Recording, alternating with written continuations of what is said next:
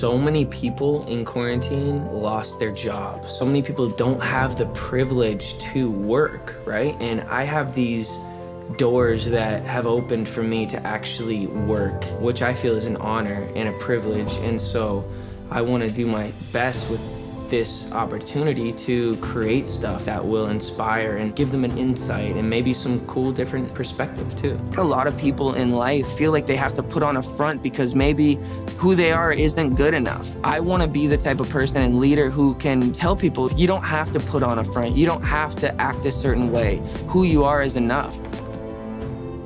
It's hard, but you know, these are the conversations that are going to bring change and bring, you know, a level of consciousness to people that can say, I need to really take a look at myself. Where am I at? And you know, if Justin's able to be vulnerable where he's at, then, you know, I can do the same thing. You know, people have put me on a pedestal.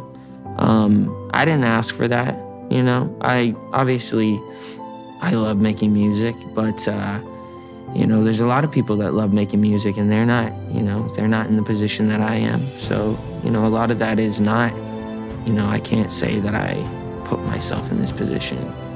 I'm just trying to steward that wisely, steward my relationships wisely. I want people to take a look at my story and just hopefully, you know, my words can make a difference. Man, I think that there was times where I was really suicidal. Like really like, man, is this pain ever gonna go away? It was so consistent. The pain was so consistent. I was just suffering, right? So I'm just like, man, I would rather not feel this than feel this. We've established so much and figured out what's not important and what is important. So it's like, money's gonna come and it's great. And I'm gonna be able to provide a really amazing life for my family, which is incredible. But just understanding the priorities. I mean, like, here we are, you know, we got a lot of people who aren't making as much money as I am on tour, you know, dancers, band, all these sort of things.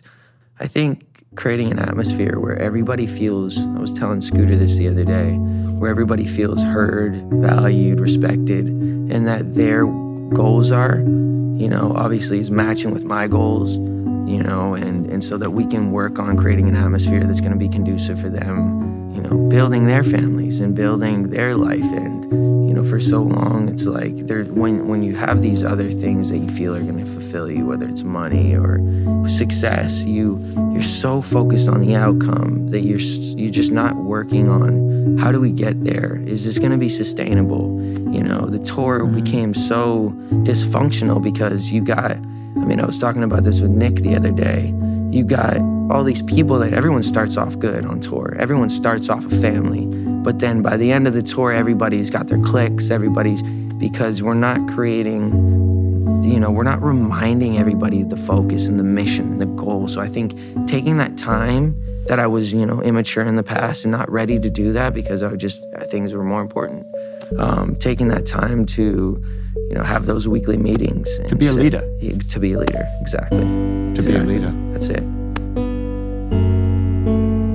And I know that person, I know you. Yeah. And I'm like, well, this is a celebration. I just would encourage people like, hey, if you're feeling lonely, talk about it. Say it out loud. There's a freedom in that. I could have avoided a lot of pain. This is big. This is big. I don't even think people know how big this is. Yeah, what is love?